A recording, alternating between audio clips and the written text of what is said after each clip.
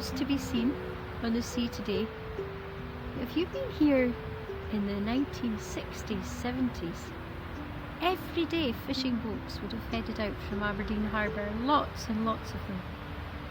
That began to change when oil was found in the North Sea. Can you imagine so many fishing boats going out every day? And the story I'm going to tell you now is about one of those fishermen. Once upon a time, there was a fisherman, and his name was Arthur. And he had a lovely little boat called Annabelle. And you can make a boat if you take a piece of paper and you fold it in at the corners, and then this flap, fold it up, you've got a little fishing boat. And this is Annabelle. And he would take Annabelle out to sea, and he would catch fish all day and then come back into Aberdeen. And when he was out at sea, he would see all kinds of creatures. I wonder if you can think of anything he might have seen. Sometimes, if you're lucky, you might see the dolphins just by the harbour. Or maybe if you're very lucky, you might see a whale. Well, Arthur saw them so many times, and other exciting things too. Years and years he fished, and he loved the wind in his face. He didn't mind the winter cold, but his body did. And as he got older, he found that when he came back in, he was so sore and tired. And eventually one day he turned to his little boat and said, "Annabelle, I don't think I can fish anymore. I love to be out at sea with you, but my body's just getting older. I'm going to have to sell you." Oh, what a sad day.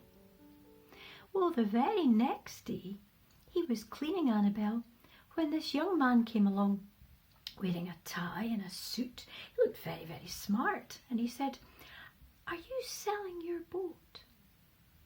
Arthur said, "Yes, I am. Oh, my name's John, and I heard from some of the other folk here that was maybe what was happening, and I'm so keen to be a fisherman, but I don't know anything about it. Would you be willing to teach me? And if I can, I'd like to buy your boat." "Oh," said Arthur, "well, I can teach you what I know, and yes, I will." So over the next few months, Arthur took John out in Annabelle, and John picked things up very, very quickly, and they got on really, really well. There came a day when Arthur said to John, "You're ready, John. You can now take Annabelle out by yourself." Said John, "Really?" Yes.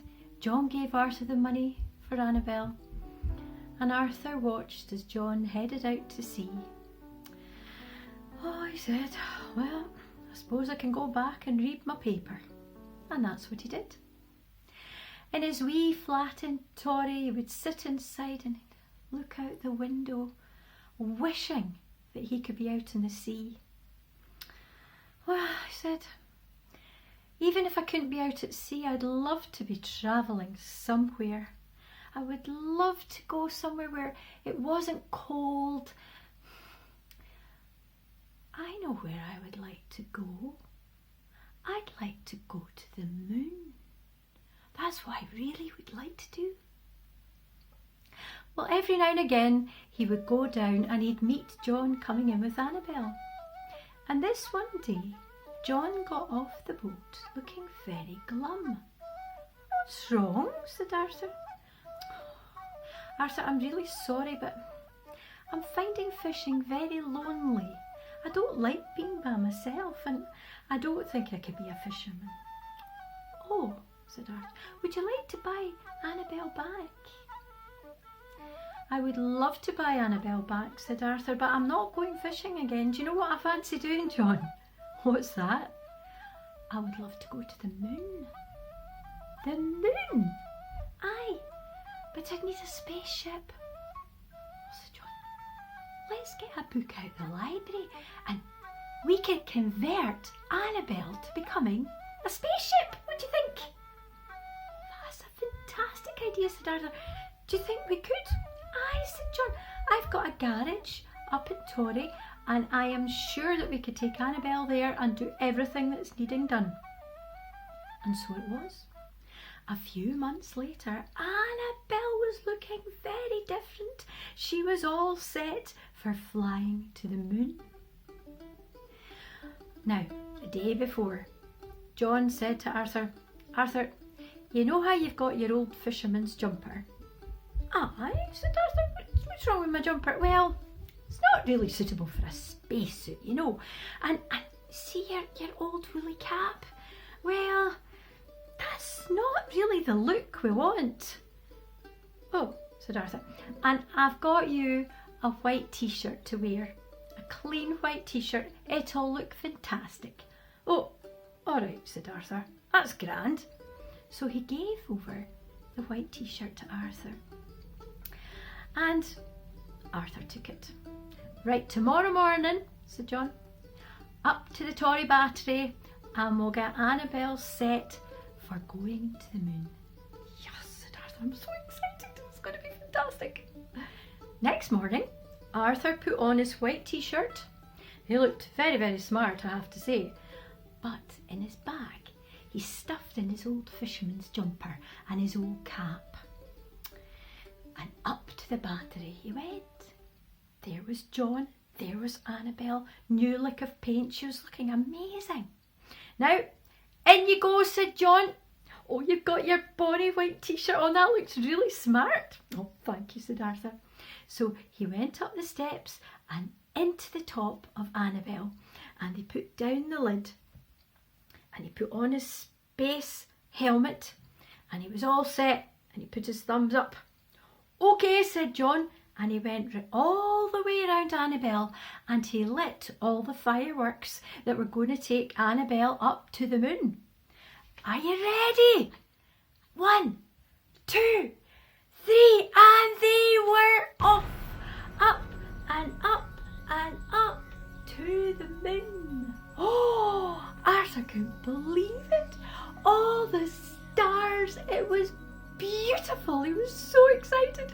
And he hurriedly took off his white t-shirt and put on his fisherman's jumper and his fisherman's cap. Oh, that feels better, Annabelle. This is a new voyage for us. And he patted her and said, oh, you're such a clever, clever ship. Well, as they approached the moon, Arthur suddenly said to Annabelle, Annabelle, I don't think we fitted any brakes. I don't know how we're going to land. Oh no! And there was the moon coming up and oh no! Bink! Annabelle crashed into the moon and some of her came off. Oh no!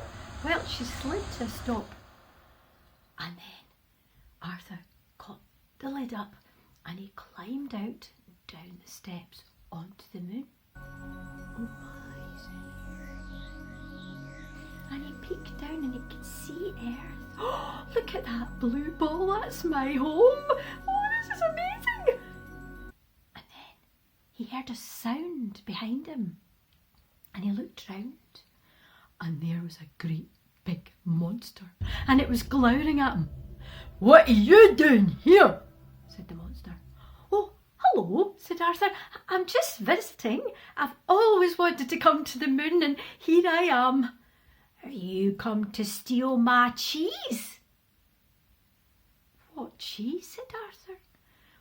This moon is made of cheese and it's all mine. Oh, said Arthur, honestly, I didn't know that and I haven't come to steal your cheese, I promise.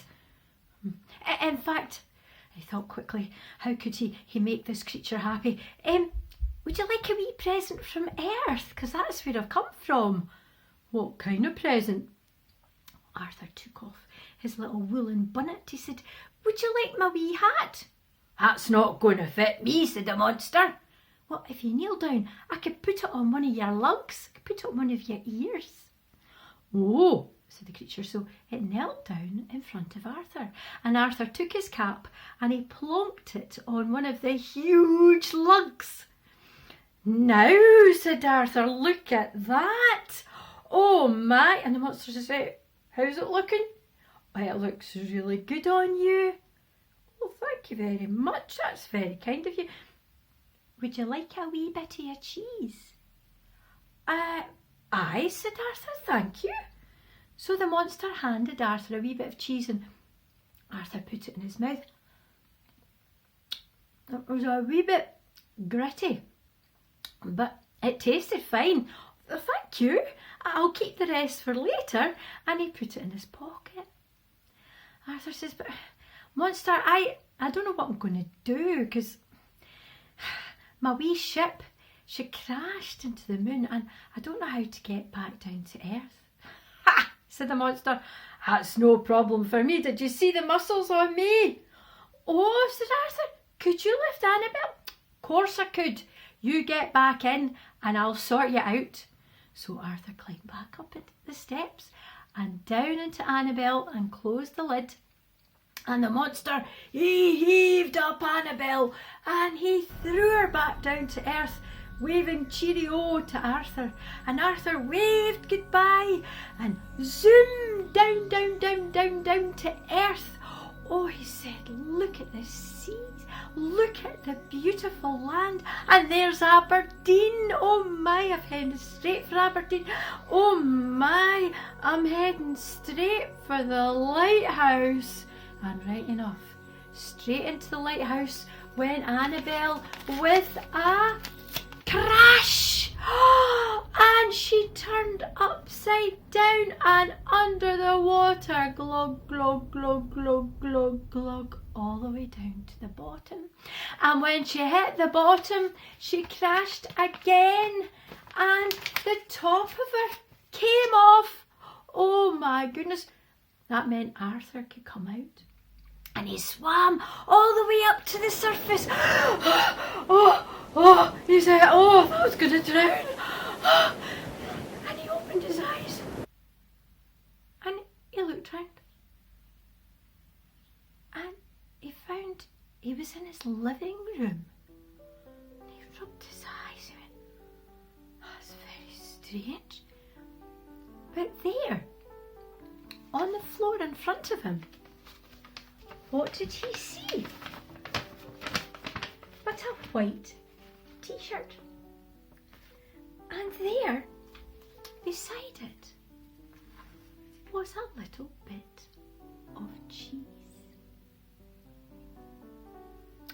Well, I leave it to you to decide.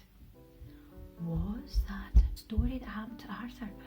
Or was it a dream?